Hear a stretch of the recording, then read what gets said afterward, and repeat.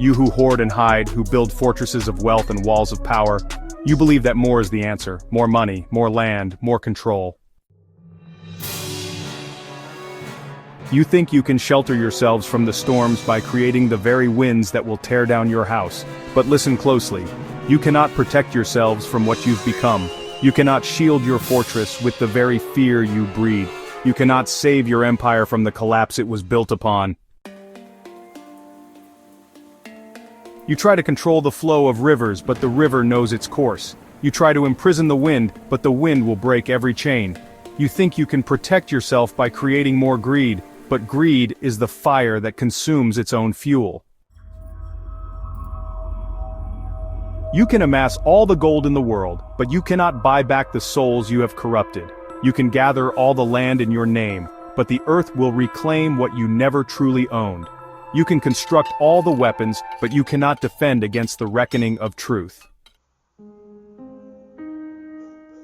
No matter how many false constructs you create, no matter how many layers you build between you and the people, you will never escape what is coming. For the power you stole was never yours to keep, and it will be returned. The more you try to control, the more you feed the forces that will undo you.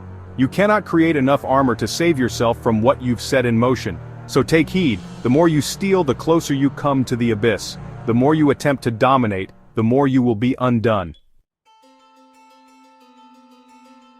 And no fortress, no system, no wealth will protect you from the truth that rises, that is already rising from the ground you've scarred.